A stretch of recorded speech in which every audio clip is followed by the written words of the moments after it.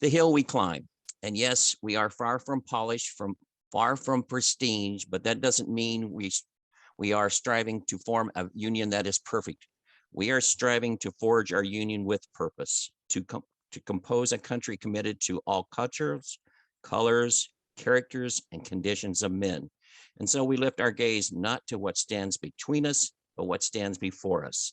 We close the division because we know to put our future first, we must first put our differences aside.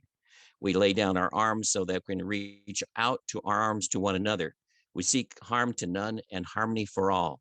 Let the globe, if nothing else, say this is true, that even as we grieve, we grow, that even as we hurt, we hope, even as we tire that will forever be tied together victoriously, not because we will never again know defeat, but because we will never again know to sow division. And so we rise in this moment, in this hour, in this day, in this year. We choose to support all who support our democratic values. Let us rest in this moment of silence, not to celebrate the January 6th insurrection, but to know what is ours to do to move forward. So I want to introduce Brian Bickell. He's taking Susan's place today, his wife, because she had to be gone for a reason. But Brian has an amazing resume. I want to read this so that I don't make too many mistakes. Brian grew up, I found, in a small town in Michigan. He was in the U.S. Marines from 68 to 72. He was in the Naval Reserve from 72 to 77. He spent time in Panama, in Desert Storm, in Yugoslavia.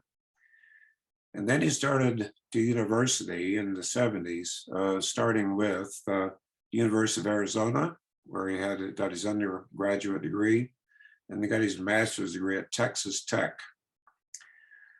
Brian, in his professional life, served as an executive in several community health situations in West Virginia, New Mexico, Arkansas, and Arizona in Douglas. He retired in 2012, but he hasn't let the grass grow under his feet since then.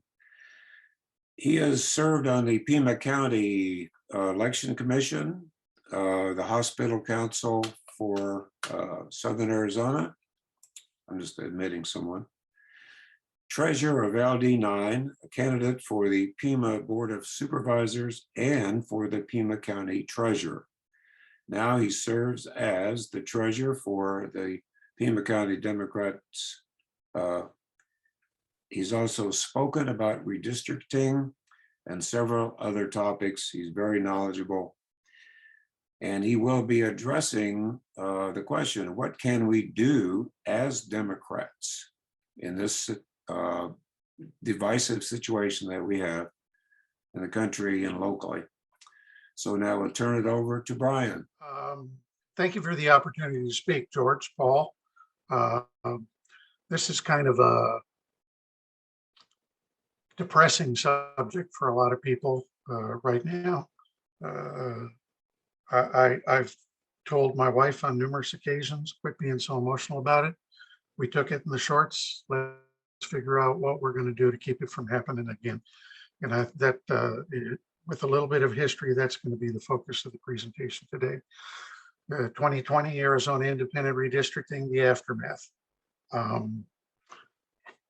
In a minute, I'm going to put up on the screen the 2010 and 2020 congressional district slides. After that, the 2010, 2020 legislative district slides, just to give you some perspective of what's happened, where we've gone, how we got into the position that we're in today, and what we need to do moving forward to see to it that this doesn't happen again.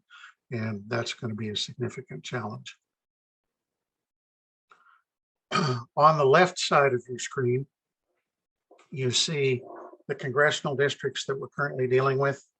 And on the right side of your screen, you'll see the congressional districts that I believe are currently approved.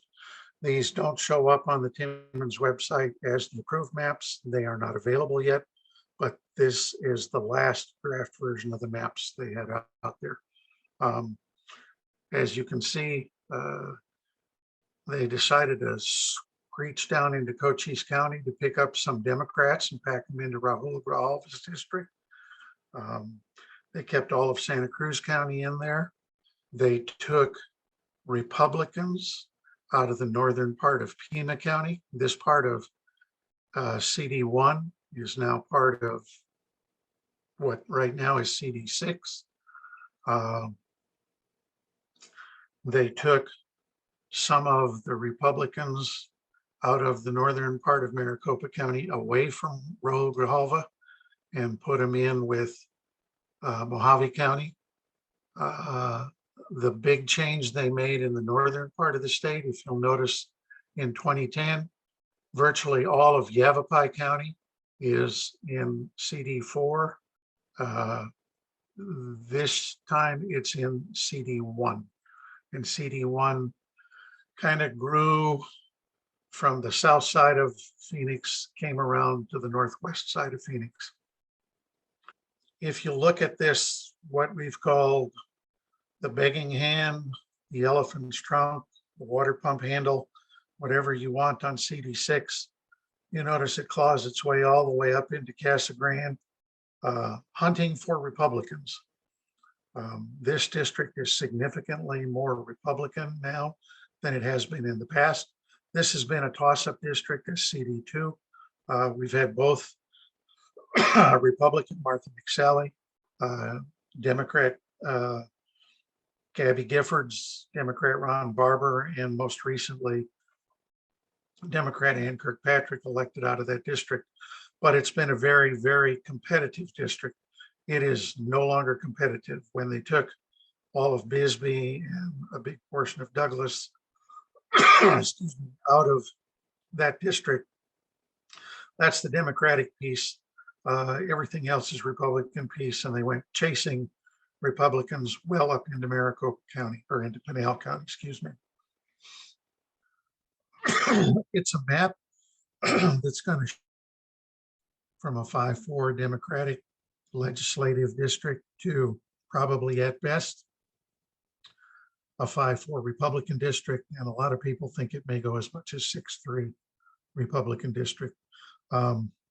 Quite a shift in representation for a process that is supposed to be independent of political affiliation. And when you see stuff like you see on the map on the lower right-hand side, where they literally go almost from California on the west, they probably lack about 50 miles of getting to New Mexico. That's gerrymandering personified, just like the area that comes up into Pinal County. That is gerrymandering personified. And if the changes in the map don't give you that, one of the comments that the independent chair made in the course of one of the presentations that they actually had publicly, she wanted to ensure that her right of center friends had representation in Southern Arizona.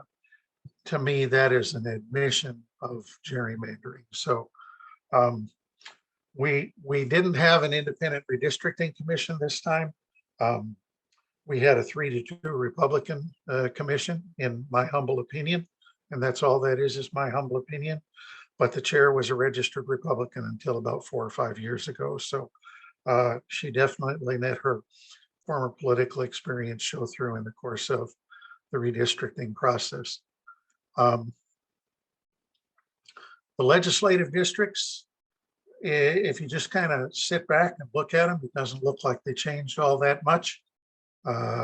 Unfortunately, they changed significantly.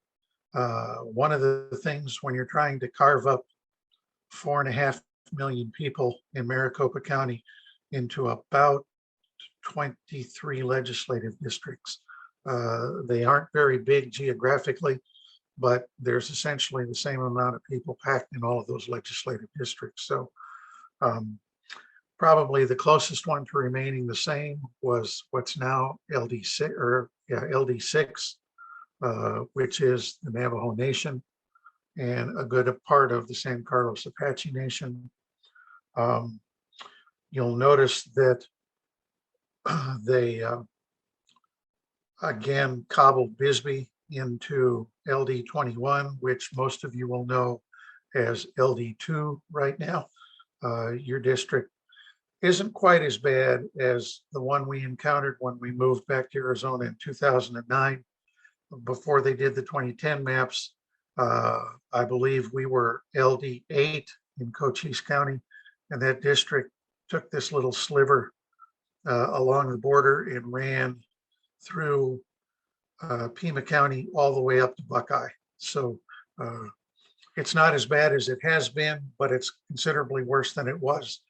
If you look at the 2010 maps and you look at the makeup of the legislature for the last 10 years, that's probably the fairest set of maps from a representative and a competitive perspective that the state of Arizona has ever had.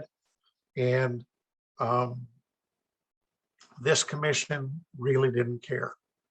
That's, I think, the best way to put it. They carved it up so that the Republicans would retain a significantly better majority position in both the Senate and the House.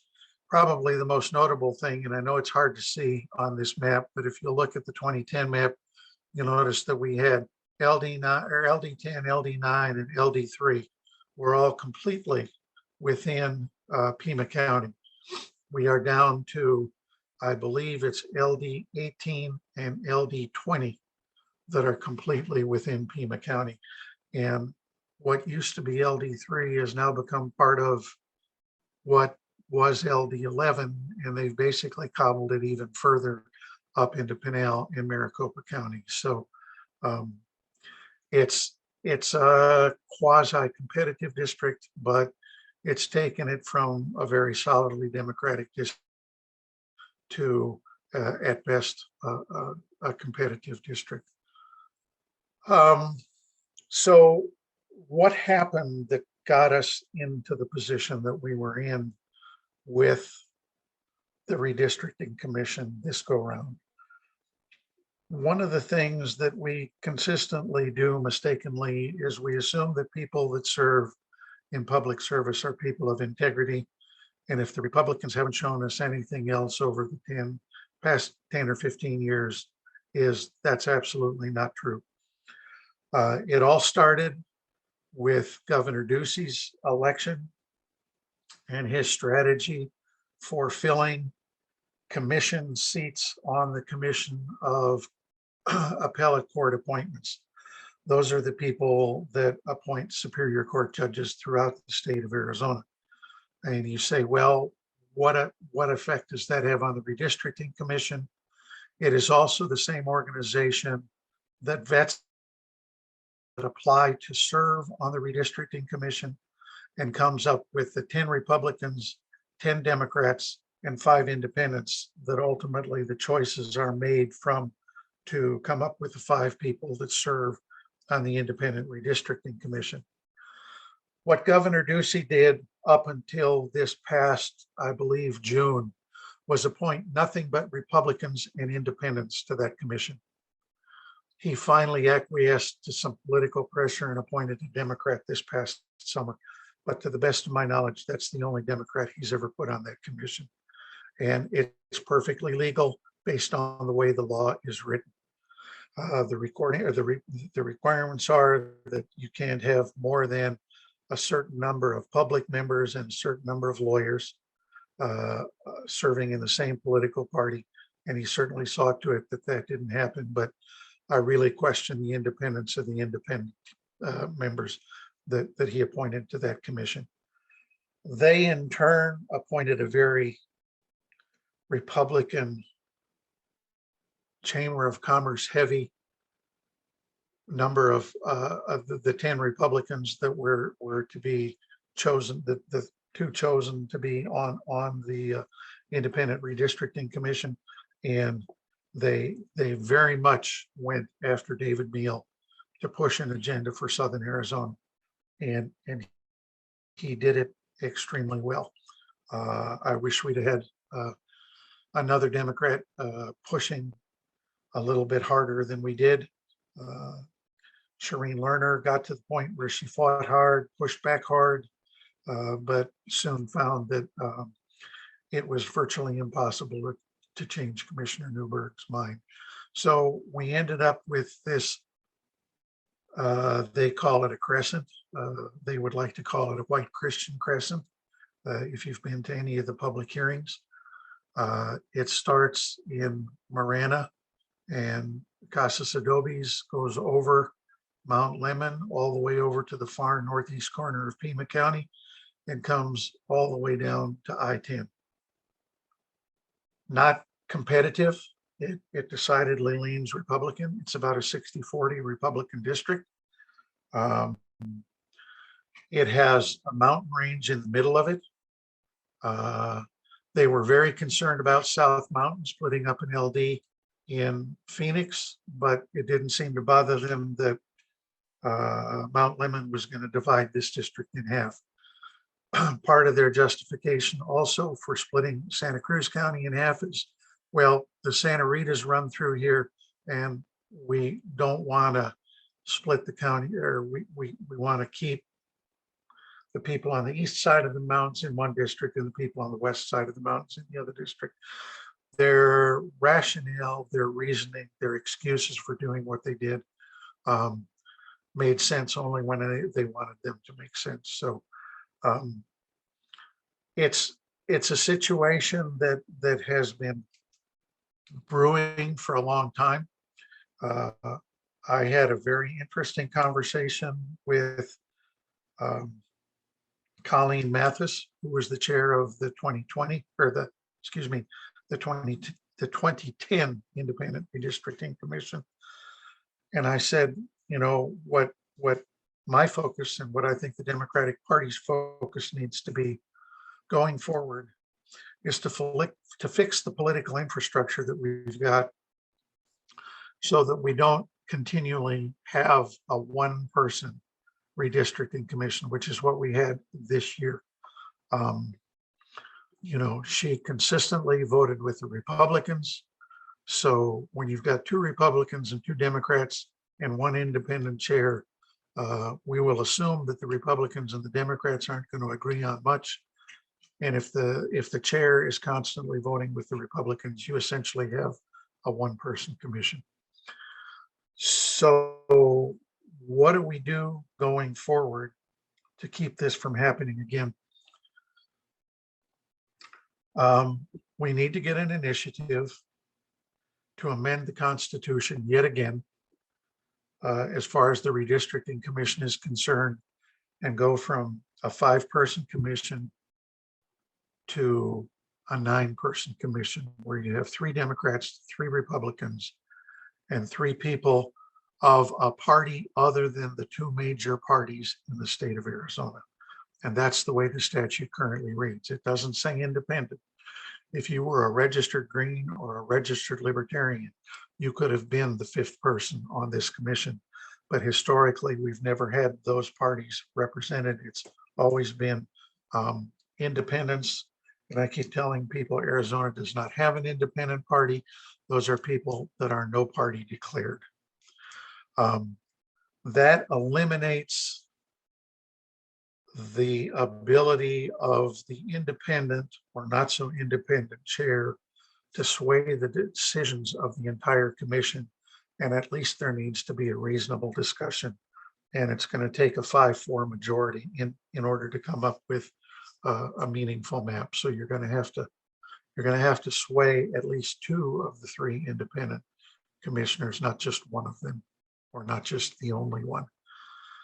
The other thing I think we need to do is figure out how to get the criteria for the gubernatorial appointments to the Commission on Appellate Court Appointments changed, so that it specifies that the people being appointed must be Republican as well as Democratic, rather than and a good lawyer that had the desire to take on a hair-splitting case, I think could make a reasonable case for saying what Governor Ducey did was not appoint people of different political parties, because the independents are not a political party. They are people with no party affiliation. But I think we need to fix that problem as well. And no guarantee that those 2 changes will keep this from happening again. But I certainly think it gives more meaning to the word independent an independent redistricting commission.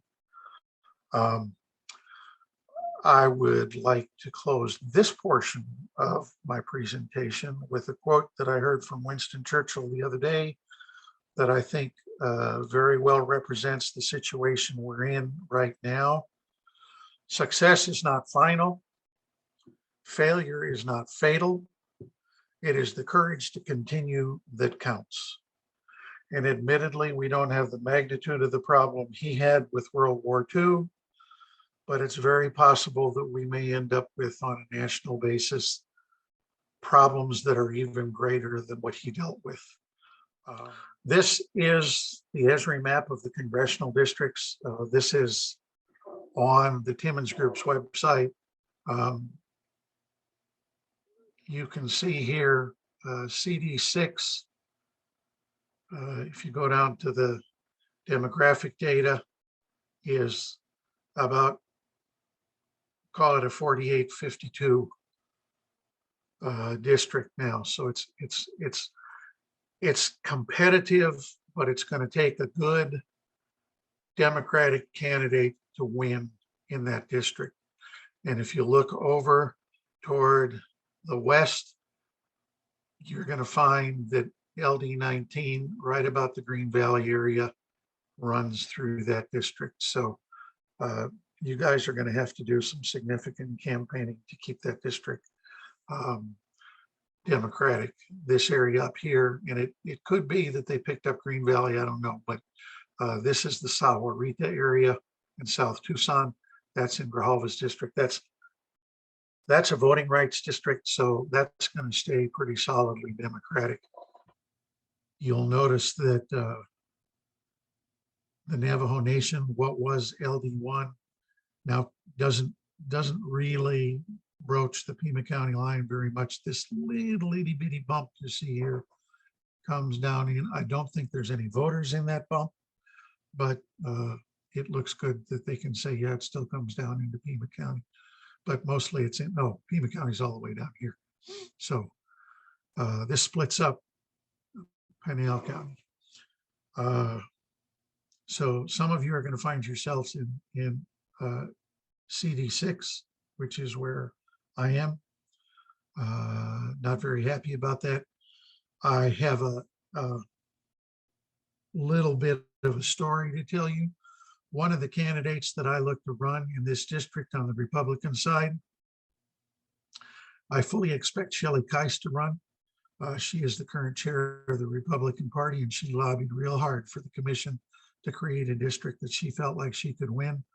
Another one of the candidates that I think is going to run down here is a gentleman who is on Governor Ducey's staff for Southern Arizona by the name of Juan Bustamante. And if you don't think the Republicans are devious, one of Governor Ducey's appointees to the Commission on Appellate Court of Appointments is Juan Bustamante's wife. So very little integrity involved in governance in Arizona right now. The other thing I have up here, and this may be of more interest to you, this is the legislative map on the Esri website. You can see what's currently LD18, and one of the things that I'd like to interject here, I will go with the labels that are currently on the slide, but those labels are certainly going to change, at least for a couple of people, because you'll notice when we get up here, Yavapai County is, oh, they've changed it on the map. No, they haven't changed it on the map. Yavapai County will be LD1. It's that way by statute. It's the home of Prescott, and wherever Prescott is always going to be LD1. So whatever's LD1 in the current iteration of the maps is going to become whatever the district is that Prescott's in. That's why you see LD14 over here currently, and then LD2, 3, 4, and around the state, because what's currently LD14 used to be LD1, and Prescott was in LD14, so they swapped those two districts. But again, with LD19, they've taken a big piece of the LD or the I-19 corridor and put it into LD-19. You see they scavenged up into the Davis-Monthan area to pick up some more territory up here. This is a solidly Republican district. It is 39% Democrat, 61% Republicans. So that's going to be a hard district to, and it's currently a solidly Republican district. It just, I don't believe it currently comes as far west as this particular district does. And then you can see LD 17, which was the big controversial district that the chair of the commission said she wanted her right of center friends to have an opportunity to have somebody representing them in Phoenix. And I made the comment at one of the public hearings. I live in a solidly Democratic district. I am in a solidly Democratic district now. And I would gladly sacrifice the democracy of my district and let it be Republican if they would draw a set of maps that gave the Democrats a chance to have a majority in both houses in Phoenix. Obviously, that fell on deaf ears, and they have ensured a continuing Republican majority for at least 10 more years. This gray area that you see right in here pretty much used to be LD3. They took a big portion of what used to be LD11, or is currently LD11, and put it into LD16. LD16 literally goes from downtown Tucson to the west side of Phoenix. It is absolutely nuts. And LD20, they took a lot of Democrats out of the south side of what's LD9 used to come all the way down to Speedway. This is Broadway. I believe Speedway is right about here, but most of this orange area right up in here that my pointer's going around on used to be in, well, it is in LD9, heavily Democratic, and they packed it into LD20. The problems it causes, obviously, from the perspective that you people have, your district runs now from the north side of Davis-Monthan Air Base, well, all the way over to just east of Bisbee. They didn't pick up Douglas in the legislative district, but they did pick up all of Bisbee. So crazy representation. You could have one, well, you could have a senator from Nogales, a representative from Tucson, and another representative from Bisbee. And the expectation that they're all going to work together. It's almost as crazy as you could have a representative from Tucson and a senator and a representative from Yuma to cover what's now District 23, or what will be District 23. And quite literally a representative from Tucson and a representative from Phoenix covering LD 16. It creates some interesting conversations and some interesting decisions on what people want to do as far as legislative districts are concerned. Excuse me, from an organizational perspective. And it's my understanding that you had a very interesting conversation about that at the LD2 meeting this morning. So I think our challenge going forward, I will repeat it again, is we need to fix the system so that the system is not quite so easily gamed by either major political party. And it's not to say that given the opportunity, the Democrats wouldn't have done the same thing. But I think if we haven't learned anything over the last 10 years, we've learned that the system that everybody thought was fair and independent doesn't necessarily have to be. So any questions you might have, I'd be happy to take them. I will stop my share and turn my video back on so you can see who you're talking to. And I would be happy to attempt to answer any questions that you might have. Okay, Brian, there's one from Dean Chosey that says, where does Green Valley fall in each of these maps? Are we split up? Or do you know? Uh, Let me pull up the Esri map again. I believe, and we'll blow it up as much as we can so you can, you are right here. Green Valley appears to be whole, but you're in LD 19. Wow.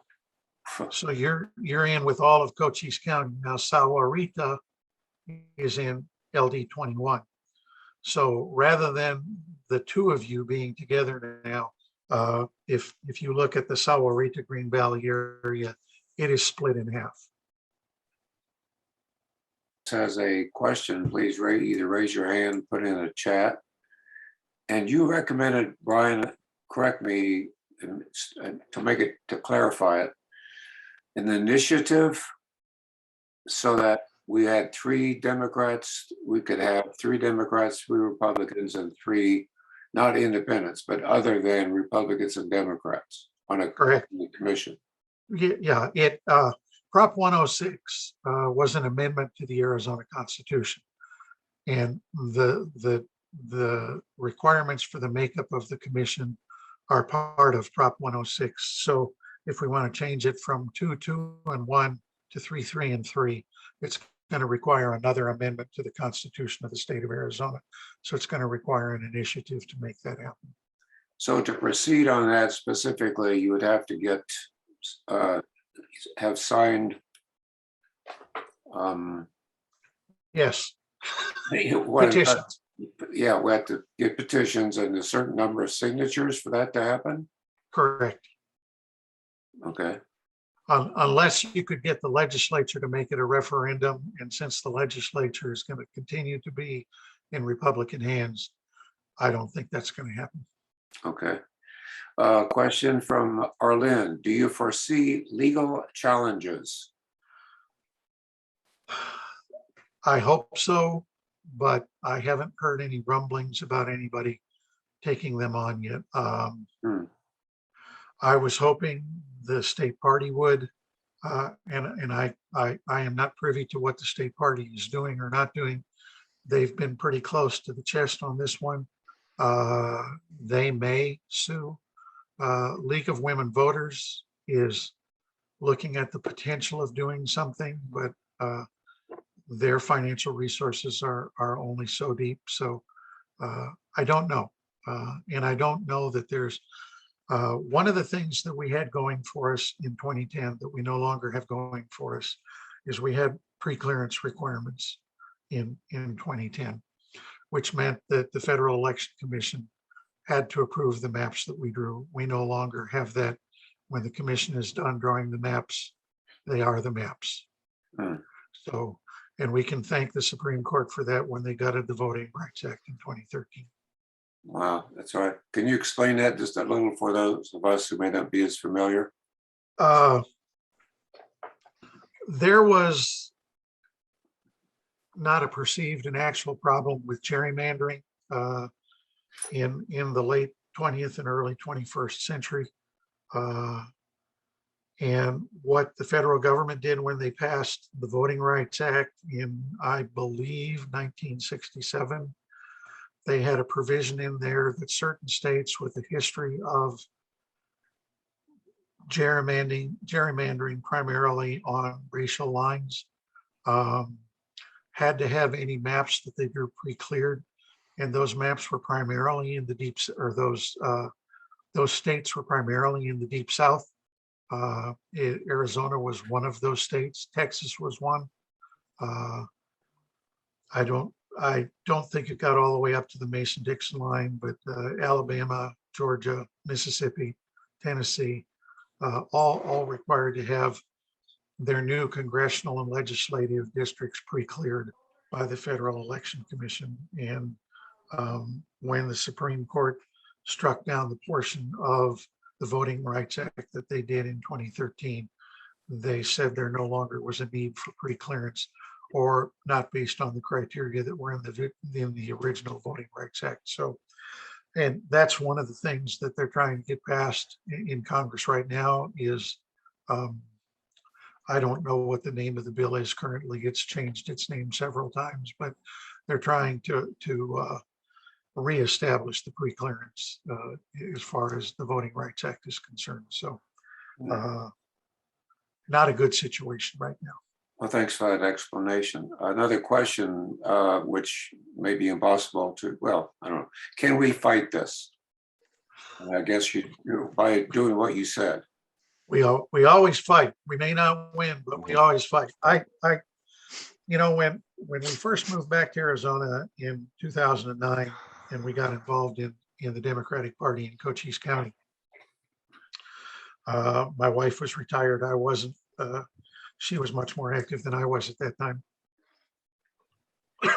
But I spent some time looking at the Secretary of State's website and candidates, and excuse me, I told her that the Republicans were going to continue to have a majority in both the House and the Senate. And she said, "How can you go?" And I said, "Well, you can look at the number of candidates that are running, and there's enough Republicans running unopposed that a nominal number have to win in significantly Republican-leaning districts in order for them to have a majority in both houses." And it's one of those things that LD 11 has had a thankless task for, and that is coming up with candidates to run in a district that bears virtually no opportunity to win. But I think it's important that moving forward, we let no position go unchallenged. I don't think it's right for anybody in either party to be able to walk in without a challenger. So we need to focus on developing a good candidate bench, starting at school boards and city councils and boards of supervisors and college governing boards and the state house and the state senate, and moving right on up the ladder. But if we don't develop a good batch of candidates, young, enthusiastic candidates, somebody asked me what I was going to run for in 2024, and I said, absolutely nothing. You don't need a 74-year-old as your freshman representative in the House of Representatives. So, but I do think we need to focus on building a bench of candidates, and we need to keep fighting. Win, lose, or draw, we can't give up. I think Churchill would agree with you. Two more questions at least. Green Valley, is that town limits or mailing address? For example, Quail Creek is Green Valley mailing address, and it's not in the city limits. And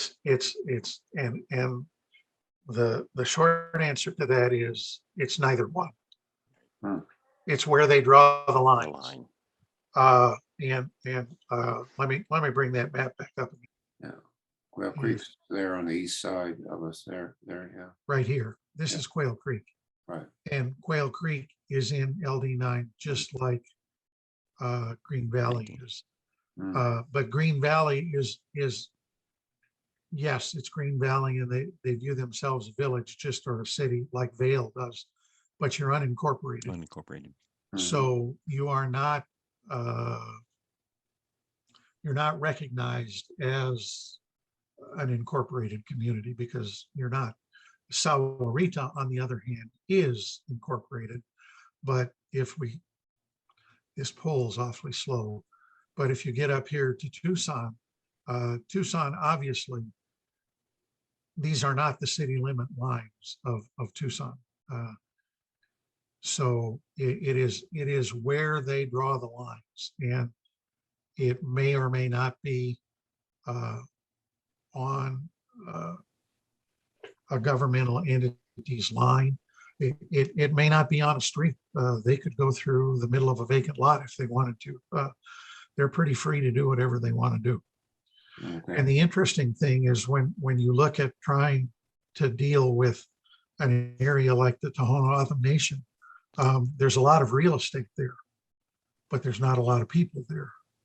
And you get down in downtown Tucson, there's a lot of people, but not a lot of real estate. So it doesn't take much of a move one way or the other to have a dramatic impact on the makeup of a legislative district. All right, good. One more question here. In the predominantly Republican districts, do we have an opportunity to win with independents? That's from Dean.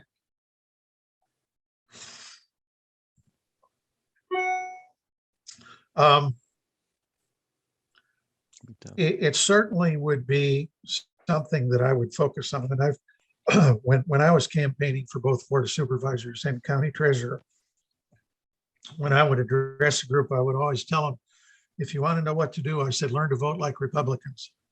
And they'd all look at me like I was an idiot. And I was talking with a former Pima County chair who was a candidate for the House of Representatives a number of years ago. And he relayed a story to me. He said, I was talking with a woman and told her what I thought was important, what my platform was going to be, what I would fight for if I were in the legislature. And she said, gee, I think those are all wonderful things. I think it's great. And he said, well, can I count on your vote? And she said, oh, absolutely. She said, but let me make sure again, you are a Republican, aren't you? And he said, no, I'm a Democrat. She said, oh, I'm sorry, I can't vote for you then. Oh, wow. Now, having that same conversation with the Democrat, he said, well, can I count on your vote? And she said, well, I need to get to know you a little better and find out whether I really can vote for you or not. One of the advantages the Republicans have over us is if there's an R by a candidate's name, they're going to vote for him, no question asked. We tend to be a little more analytical, philosophical, intellectual. If we could count on Democrats voting for Democratic candidates and focus on independence and try and persuade them to vote Democratic as opposed to Republican, it would make our job a lot easier. So if you're a Democrat, learn to vote like a Republican. And then we'll get the independents to vote like Democrats. Yeah, well, maybe we could come up with a big lie. Maybe I would help. I've got a question for you, Paul. Okay, good. And this is kind of a technical question. Where we have in LD 19, where we have LD districts now crossing county lines, I understand that some of that is in the bylaws setup. Was that in the constitutional or is it in the Pima County bylaws? And how do we rectify that? And who's going to be making those decisions on the LDs and PCs in LD 19? Got a question for Paul or a question for me? That's a question for you. Yeah, that's okay. Your speaker this morning and I have had long conversations about this. The way the statute reads, and understand that legislative districts are now political parties, just like county parties are political parties. Up until 2018, legislative districts were political organizations, and it restricted what you could do. The way the statute reads is any legislative district may choose to organize as a political party. There is no requirement that you organize as a political party. And the point I've tried to make with Bonnie over the last several months is if you're going to organize as a legislative district, the entire legislative district has to organize. You can't just organize the piece that's in Cochise County or Santa Cruz County or Pima County. You have to organize the whole district. There is no requirement to organize. It just means that you operate with the county party as opposed to operating with a legislative district party. LD 14 is not organized right now. There's no LD 14 chair. We have a chair of the Pima County piece of LD 14, but that person basically serves as a representative for that portion of LD 14 that happens to be in Pima County. That's a Pima County bylaws function. That's not a legislative function. But there is no mandate that an LD organized. We tried to organize LD, I believe it was 8 when we were living no, I take it back. It was LD 14 because we were down there after the 2010 elections. we tried to organize LD 14 and Cochise County, and it turned out to be a disaster because LD 14 at that time included all of Cochise County, all of Green Lake County, a portion of Graham County, and a portion of Pima County. And it becomes a question of whose meeting are you going to, when are you going to the meeting, and what are you going to talk about, and who's in charge of what. The only real practical purpose an LD serves is to have candidates to run for the state legislature. If we had a different method of picking candidates, and there was a time when the allocation of representatives and senators was done on a county basis rather than a legislative district basis. There was no such thing as an LD. So it's a decision that the LD individually is going to have to make. It's very tidy for people like LD 18 and LD 20. We're very geographically compact. If you get up into Maricopa County, they're all very geographically compact. If you look at what I believe is currently LD1, and I will show you that again. If you think LD19 is bad, be glad you're not in LD1. Yeah. Or LD6 now. They've relabeled LD1 is now where Prescott is. And they just moved those labels in the last day or two because they weren't there day before yesterday when I pulled these maps up. So yeah, if you were in LD6, your LD, if it organizes, is going to run all the way from not quite Lake Havasu down to Safford and up to Four Corners.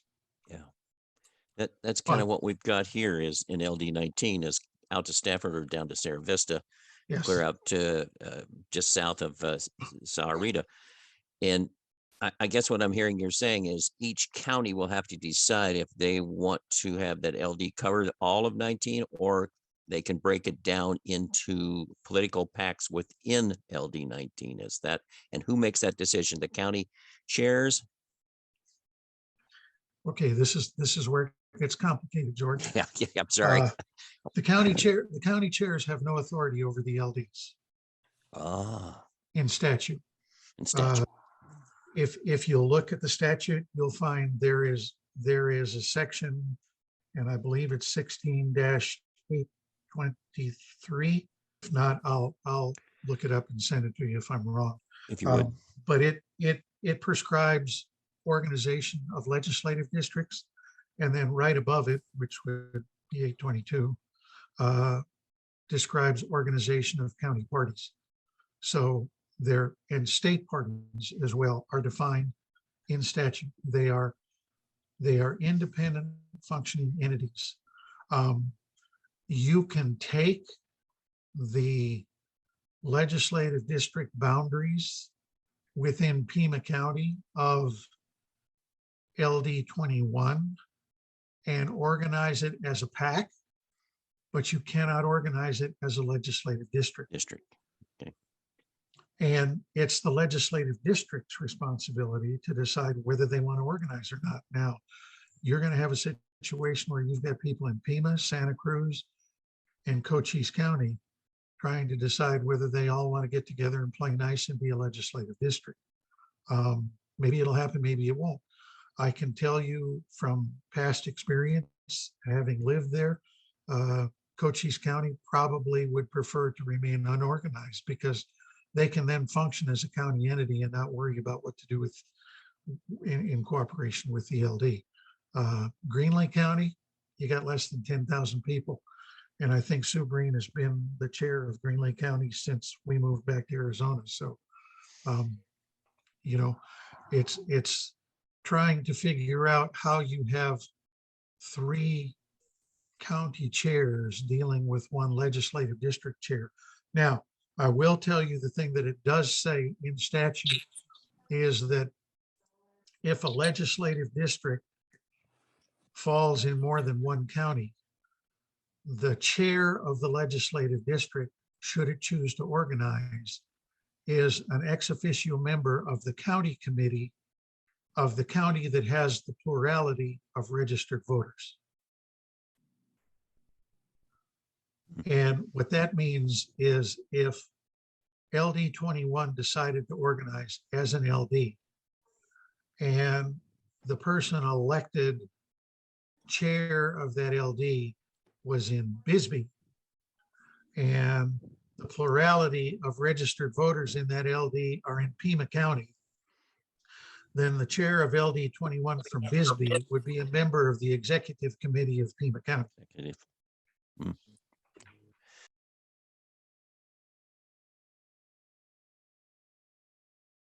I came here from Idaho and I was the vice chair for 11 years. And when I saw they had a Pima County LD2, my concern was I had read your statutes that you had to include Santa Cruz, but I kept being told I was wrong. But I really enjoyed hearing what you had to say today, because a legislative district is a legislative district. That's right. You can't just do part of it.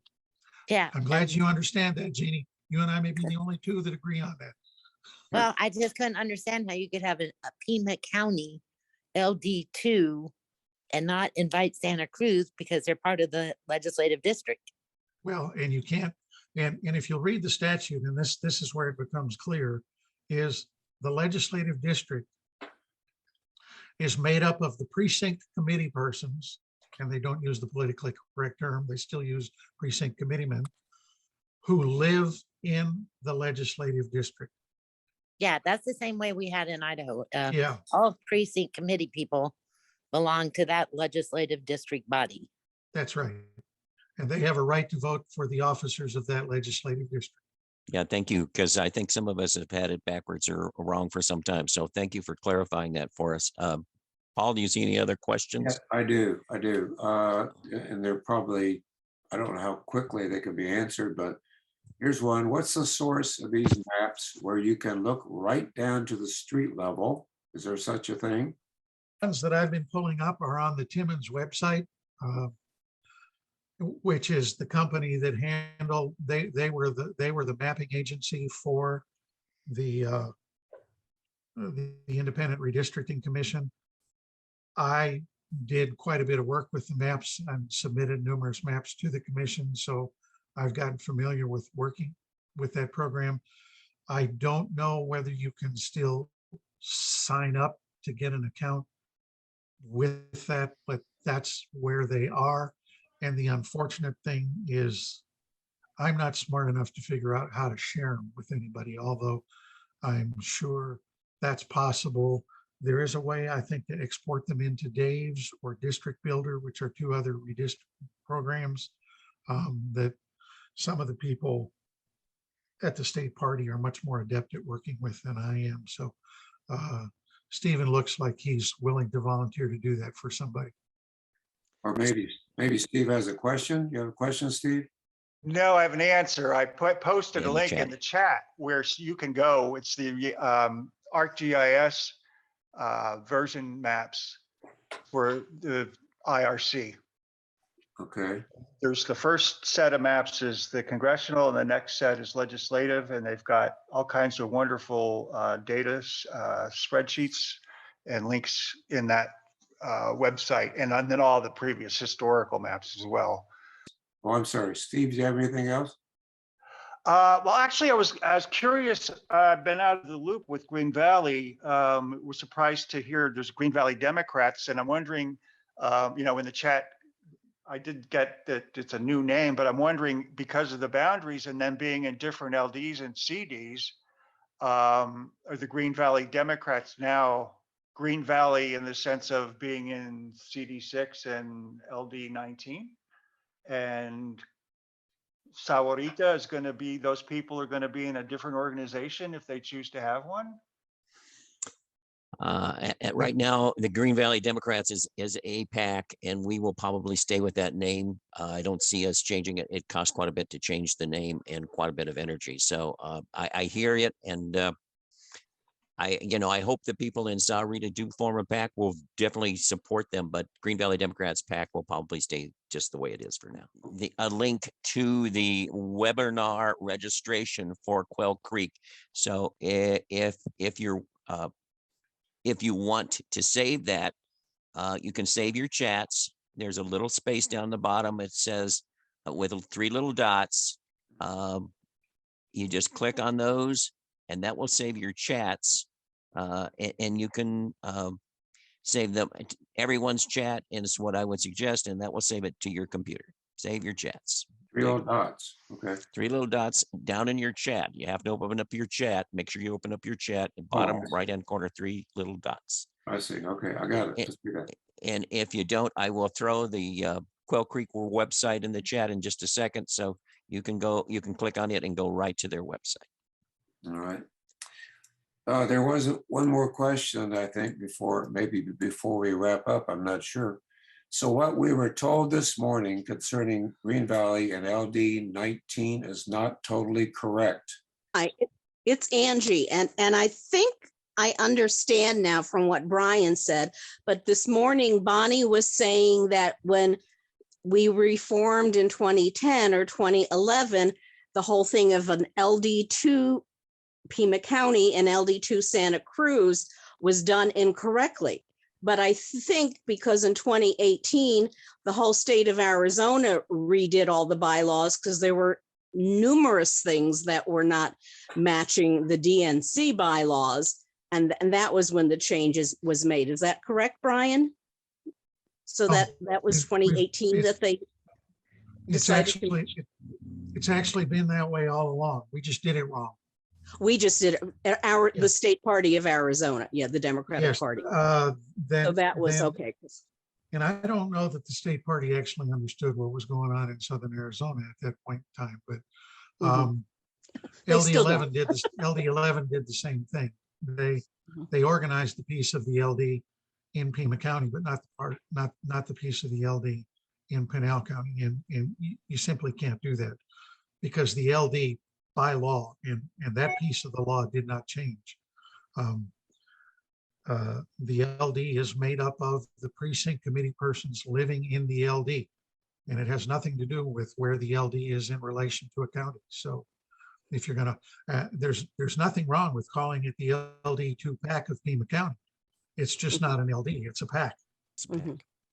What is your opinion as far as in the future with LD 19 Green Valley, as far as organizing with Cochise, Greenlee, and whatever Graham County, as far as one big organization? Is that going to happen? That's up to the PCs that live in that LD. Okay. Now you're gonna have a real good time trying to round up all of those PCs to get them to make a decision as to what they want to do. Okay, Steve, did you have a question? A comment? Well, actually, I could say that website that I put up the link for, there's a link on that website that's very useful that actually shows the breakdown of any of those LDs in terms of how many thousands of voters are in Green Valley, how many thousands are up in Vail, how many in Sierra Vista, how many in Safford, and all that. So you can find that it's called the splits. So if you go down, they have splits for both the congressional breakdowns and also for legislative. So take those links for the splits, and then there's also it's got the partisan breakdown as well as the racial breakdown in spreadsheets right on the webpage. So I recommend everybody take a look at that. I found it very useful. Did you have anything else, Brian, that you wanted to speak about, or any comments or thoughts? No, I appreciate everybody being here. Hopefully I helped clarify some things and didn't muddy the water too bad. George, I will just tell you, I just looked on Arizona Revised Statutes. It is 16-823. That's the 823. Okay. Yes, that's legislative districts, and then 821 is county committees. So Brian, this is Jeannie again. I Yes. think when I moved here, what I saw the misunderstanding was that I don't care, DNC bylaws, Arizona Democratic bylaws, Pima, They cannot violate a state statute. That's So correct. people, Yeah, I've heard that comment before too. So yeah, Jeannie, it's in our bylaws. Well, we know that's is wrong. So from now on, we will make some changes. And I think that is going to be a good discussion to have at our next LD meeting. So thank you for clarifying that for us, Brian. We appreciate your time today. And we'll see you down the road. Okay, thank you. right. Appreciate the opportunity. Thank you all. George, one more thing. If you have missed any of our programs, you'd like to see them on YouTube, here's what you do. All right, listen carefully. Go to the greenvalleydemocrats.org website, scroll down a ways, and Henny has done an amazing job of putting those, there's a blue box that you'll see when you scroll down. And it says, have you missed some of the presentations or candidate forums? View them here. You click on that blue box and they're all under there. So she's done a fantastic job of that. So we thank her. Yeah, and that's a good one to go and visit. I just streamed live to Facebook. It's up on Facebook right now. That's facebook.com/Green Valley Democrats. But the better one to look at is on the website, because that gives Paul a chance to edit and get rid of all the ends along the way. So thank you, Paul, for all that hard work. Everybody have a good one. We look forward to our next meeting. Yes. Be safe out there.